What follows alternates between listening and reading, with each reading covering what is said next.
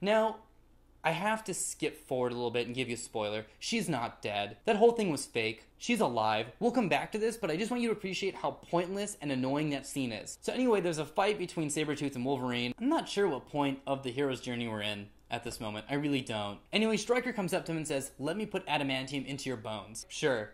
If that's what the screenwriters think I should do, then I'll do this thing I've never heard of before. So they put adamantium into his bones. And Stryker delivers a classic line, "I'm gonna make you indestructible, but first, we're going to have to destroy you." We're gonna destroy you. Then there's nothing left of me. Anyway, you've seen X-Men 1.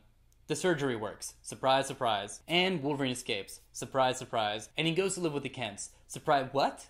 Anyway, Stryker wants him dead, so he tells the Asian character, I'm sorry, he wasn't in Lost, so I don't know his name. I'm just kidding, it's Agent Zero, but not like anyone cares about that. Stryker tells Agent Zero to cut off Wolverine's head. You just told him you were going to make him indestructible. Anyway, back at the Kent Ranch, Wolverine discovers that his claws were forged in the fires of Toontown, and then gets a jacket from the old guy who said it was his son's jacket. This is so disappointing. Like, this is the worst jacket backstory. Like, Wolverine's jacket was just given to him by some guy who's like, my son used to wear it, now you can have it. It doesn't really matter because seconds later the Kents die, and then they blow up the barn. And somehow, the jacket and the motorcycle and Wolverine are all indestructible, and they all drive out of the barn. The only conclusion I can come to is that that jacket was made by the elves who made the jacket of Santa Claus in the Santa Claus starring Tim Allen. So anyway, Wolverine goes and fights a helicopter, and then fights an Asian character. And I think we all know how that fight ends, don't we, Hollywood? And then we meet the stupidest weapon in cinema history, an adamantium bullet gun. But more on that later. I don't have time to talk about the adamantium bullet gun because I've got to get to Cyclops. Yes, Cyclops is in this movie. He's also failing Spanish. 2 questions. 1, who gave Cyclops his ruby quartz glasses if he hasn't even met Professor Xavier yet? 2, what the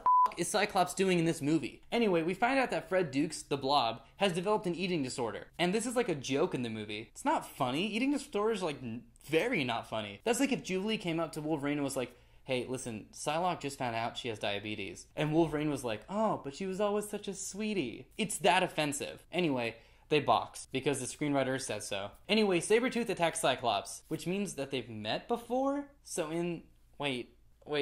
Anyway, Wolverine goes to talk to Gambit, and then Wolverine and Gambit fight for no reason. And then Gambit's like, I am never going back to Stryker's secret mutant island. And then he goes back to Stryker's secret mutant island. So anyway, Logan gets in Stryker's face, and Stryker's like, I've been collecting mutant powers and making a pool. A Deadpool. That's Deadpool? Are you sure? Then again, this is a movie where Wolverine's Howl at the Moon, so all bets are off. Speaking of silver foxes, Wolverine's girlfriend is alive. Remember how I told you that? Yeah, annoying, right? Turns out that she was tricking Wolverine with her mutant powers because Stryker was actually secretly holding his Wait, hold on. No, they were actually in love, but she was manipulating Wolverine somehow to get adamantium bones because Stryker was holding onto his... Silver Fox was manipulating Logan, but they were actually in love, to get adamantium bones, and Stryker was doing this by holding her sister, Emma Frost, who has a different last name than Silver Fox, and she's trying to get Stryker to give back her sister by tricking Logan. Yes, that all makes sense. Except her mutant power is to manipulate people. At any point in this film, she could have just touched him on the neck and been like, give me back my sister. But instead she doesn't. And maybe you're like, well, possibly her mutant powers don't work on him, like how they don't randomly work on Sabretooth in that one fight scene for no reason. Except, at the end of the movie, they do. You see her mutant powers work on Stryker. She specifically uses them on Stryker. So why does she not just touch Stryker and we gotta go. We gotta keep going. Really quickly, before we get to the climax of this movie, this whole death thing, this whole fake girlfriend thing raises quite a few questions that I want to address. If she pretended to be dead, what happened to the body? Why did Wolverine check for an actual wound instead of just blood spilled from a bag onto her body? Why didn't Wolverine's mutant superpowers tell him that she was actually alive? And why the is Emma Frost in this movie? Anyway, I get it. Movies are just for fun, so let's skip to the important parts. Logan is back in love with Silver Fox. Silver Fox has always been in love with Logan, and Deadpool's alive.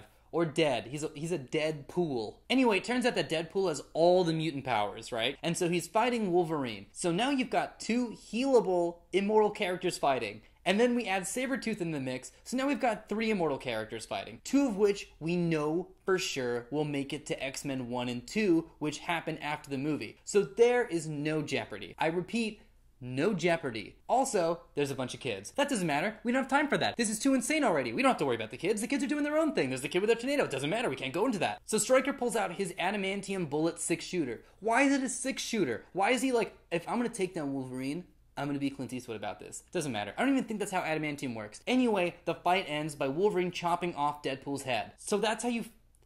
But he's supposed... Then Sabretooth jumps off and he's like, Jimmy, this ain't over. It's like, of course it's not over. Also, when do you become a feral, furry-looking thing that appears in X-Men 1? Also, why don't you notice that you're brothers in X-Men 1 and 2?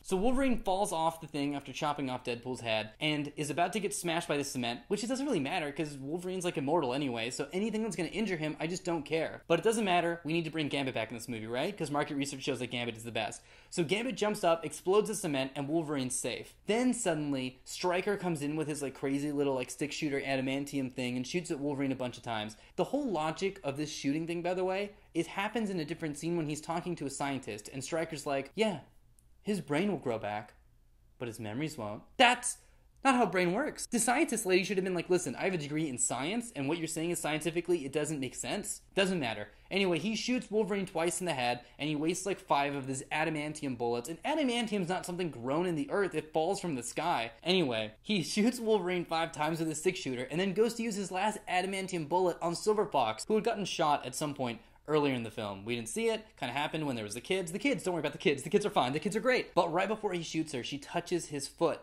and is like, walk. Walk until your feet bleed and keep walking. Really, Silver Fox? That's your punishment for him? For him to be healthy? And then Jean-Luc Picard arrives. Wait, that's not Jean-Luc Picard, that's Professor X. What's he doing there? And it's so funny because Scott Summers is like, I can hear your thoughts. Go home, Cyclops, you're drunk. Anyway, Wolverine wakes up and is like, what? I don't remember anything. I've got these dog tags. One says Wolverine and one says Logan. Okay, I guess it's what it is. And Gambit finds him and is like, hey, are you okay? And he's like, I don't know who you are, but I'm gonna go stand by my girlfriend who's dying. I don't remember who she is. She can't talk anymore because she was shot at some point. And then we just pull up and the movie ends. That's it. That's the end of the movie. Except for a stupid cutscene with Stryker walking, and that's it. That's the end of the movie. Guys, that's the film. We're almost done. If you want to continue, go ahead and click the next right down there. And if you want to go back and check any details, go ahead and click previous.